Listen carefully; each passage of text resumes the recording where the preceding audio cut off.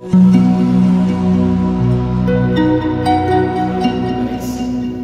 Back to my YouTube channel paramedics. आज हम discuss करने जा रहे हैं ओटी एरियाज़ के बारे में। इसको दूसरा नाम बोलते हैं ओटी कम्प्लेक्स। यहाँ हम थ्योरेटिकल पार्ट पढ़ेंगे और इसके बाद प्रैक्टिकल डिमॉन्स्ट्रेशन जो होगी इसी वीडियो में होगी, वो हम इसी पार्ट में करेंगे, इसी वाले वीडियो में डिस्कस करेंगे उसके बारे में। वहाँ डिफरेंट टाइप्स ऑफ एरियाज़ दिखाए गए, हमें प्रैक्टिकली डिमॉन्स्ट्रेट हुए वो। ये जो ओटी एरियाज़ होते हैं, ये 5 एरियाज़ होते हैं ओटी में।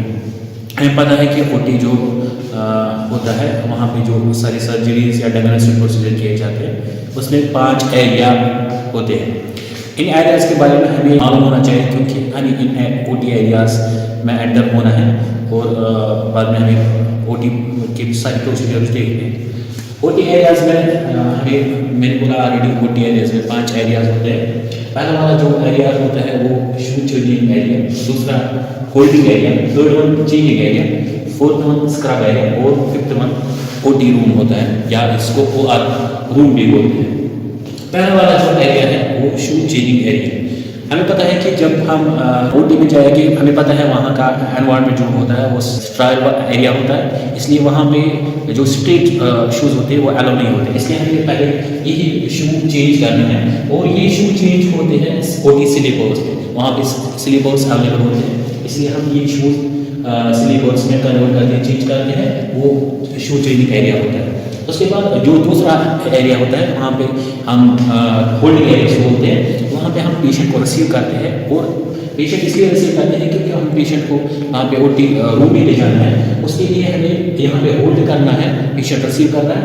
उसमें हमें पेशेंट रिसीव करने में उसकी पेशेंट की जो डॉक्यूमेंट्स होगी वो आइडेंटिफाई करनी है, और पेशेंट को आइडेंटिफाई करके उसके नाम से, उसके MRD से और सर्जिकल साइड देखनी है, ये वही पेशेंट है या दूसरा पेशेंट है जो वर्ड से आ गया या रिसीव किया है। और उसके बाद उसके कंसेंट देखते हैं, उसके जनरल कंसेंट, इन्फॉर्मल कंसेंट, वो यहाँ की ही होल्डिंग एरिया में चेक करते हैं। होल्डिंग एरिया चेंजिंग शू चेंजिंग एरिया के साथ ही होता है, और ये दोनों एरिया ट्रांजिशन एरिया में आते हैं। ये हॉस्पिटल बाकी हॉस्पिटल के जो बाकी एरियाज होते हैं उनसे सेपरेट करते हैं। और नेक्स्ट है थर्ड एरिया, उसको बोलते हैं चेंजिंग एरिया। चेंजिंग एरिया में जो भी हमारे जो क्लॉथ्स होते हैं इनको हम बोलते हैं स्ट्रेट क्लॉथ्स। ये स्ट्रेट क्लॉथ चेंज करते हैं ओटी सूट्स में। जो वहाँ पे ओटी में हम लगाते हैं क्लॉथ्स, उनको बोलते हैं ओटी सूट। और जो यही पहनते हैं हम बाकी घर में जब जाते हैं तो उनको बोलते हैं स्ट्रेट क्लॉथ्स, और जो ओटी में पहनते हैं उनको बोलते हैं ओटी क्लॉथ्स या ओटी सूट। वो चेंज एरिया में कन्वर्ट होते हैं, चेंज एरिया में चेंज करते हैं। वहाँ पे लॉकर्स लगे हुए होते हैं और वहाँ पे वो चेंज करते हैं। ये है थर्ड एरिया। और फोर्थ एरिया जिसके बारे में बात करेंगे हम, ये होता है स्क्रब एरिया। क्योंकि हमें पता है जब भी हमको ओटी में जाना है हमें पहले स्क्रब करना है, हैंड स्क्रब, जो हम डिमॉन्स्ट्रेशन नेक्स्ट वीडियो में दिखाएंगे इंशाल्लाह। तो वहाँ पे मैं स्क्रब देखना होगा, स्क्रब कैसे करते हैं। और स्क्रब जब हम ओटी में, क्योंकि ओटी स्ट्राइल एरिया में आता है, इसलिए वहाँ जाने से पहले किसी भी इक्विपमेंट को टच करने से पहले हमें पहला स्क्रब करना होता है। और वहाँ पे जो होते हैं स्क्रब स्टेशंस होते हैं वहाँ पे अवेलेबल, और इस एरिया में स्क्रब एजेंट्स भी होते हैं लगे हुए थे जो हम स्क्रबिंग यूनिट के लिए यूज़ करते हैं। हमें पता है कि जब हम पहले ओटी में एंटर होते हैं स्क्रब करते हैं, और जब हम लीव करते हैं ओटी को, जब सारे प्रोसीजर एंड हो जाते हैं, तब भी हम करते हैं स्क्रब एरिया। वहाँ पे स्क्रब स्टेशन लगे होते हैं, वहाँ पे हम स्क्रब करते हैं। और जो सर्जिकल स्क्रब होता है, जो सर्जरी में हम स्क्रबिंग करते हैं, वो भी इसी स्क्रबिंग एरिया में आते हैं। और ये स्क्रबिंग एरिया भी स्ट्राइल एरिया में आता है। और इसके बाद जो लास्ट वाला है वो है ओटी रूम, जिसको ऑपरेशन रूम भी बोलते हैं, OR रूम भी बोलते हैं। ये वो एरिया है, ये वो रूम है जहाँ पे सारे सर्जिकल प्रोसीजर्स और डायग्नोस्टिक प्रोसीजर्स होते हैं। ये था हमारा ओटी के एरियाज के बारे में, जो हमने ओटी के 5 एरिया बोले। पहला है शू चेंजिंग एरिया, जहाँ पे शू चेंज करते हैं। दूसरा होल्डिंग एरिया, जहाँ पेशेंट को आइडेंटिफाई करते हैं।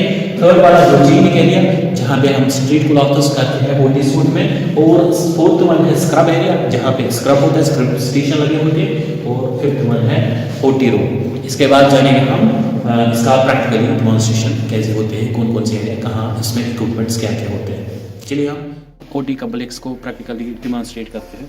ये है ओटी कम्प्लेक्स। ये है पहला वाला एरिया, शू चेंजिंग एरिया।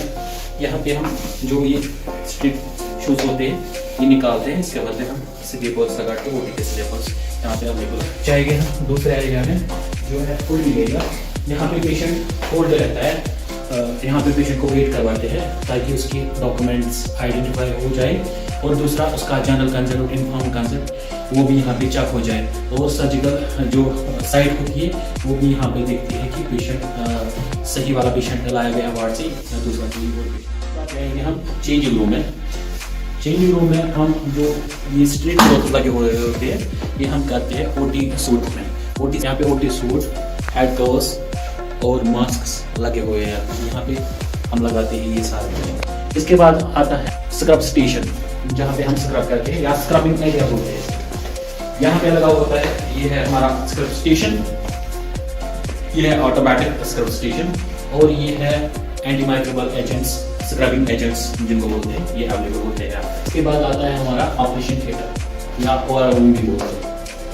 और यहाँ पे हमारी जो सारी सर्जरीज और डायग्नोस्टिक प्रोसीजर होते हैं सारी यहाँ पे, और इस एरिया में बहुत सारे इक्विपमेंट्स होते हैं। यहाँ पे हम देखेंगे OR टेबल, पहला वाला ये OR टेबल जिसपे पेशेंट को ऑपरेट करते हैं, और इसके ऊपर लगे होते हैं हेडलाइट्स।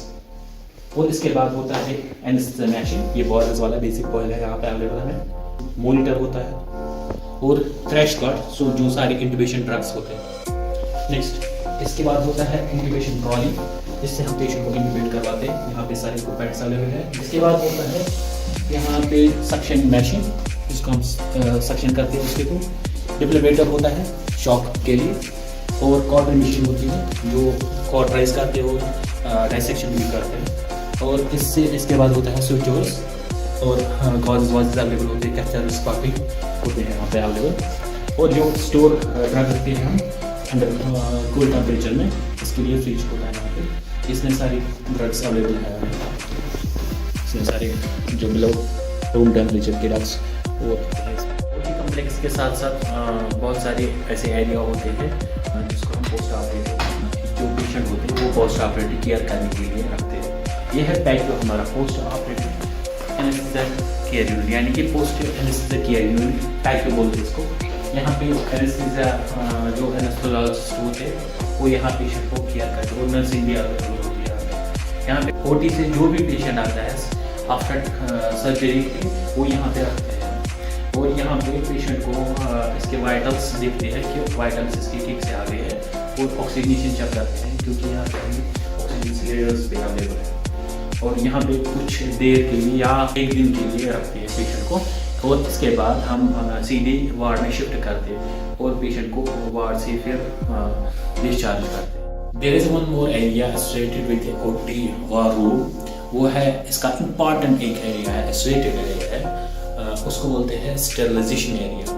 या अगर ये सीधे हॉस्पिटल के साथ होगा तो उसको बोलते हैं स्टेरिलाइजेशन डिपार्टमेंट, CSCT होता है। अगर इसके साथ होगा ओटी से रिलेटेड तो उसको बोलते हैं TSSU, theatre sterile supplying unit बोलते हैं। और हम देखते हैं इसमें क्या होता है। ये है हमारा TSSU या स्टेरिलाइजेशन डिपार्टमेंट, CSSU। यहाँ पे सारे इक्विपमेंट्स, जो भी इंस्ट्रूमेंट्स हम सर्जरी के लिए यूज़ करते हैं वो यहाँ पे आता है, और जो भी लिनन ओटी रूम में यूज़ होता है वो भी यहाँ पे आता है। सारा लिनन यहाँ पे स्टेरिलाइज होता है, और यहाँ पे ड्रम्स लगे हुए होते हैं, और स्टोर लिनन भी होता है, नए वाले लिनन, गॉजेस वाजेस, और जो भी ये कॉटन वाटन होता है वो हम यहाँ पे स्टेरिलाइज करते हैं। ये है हमारा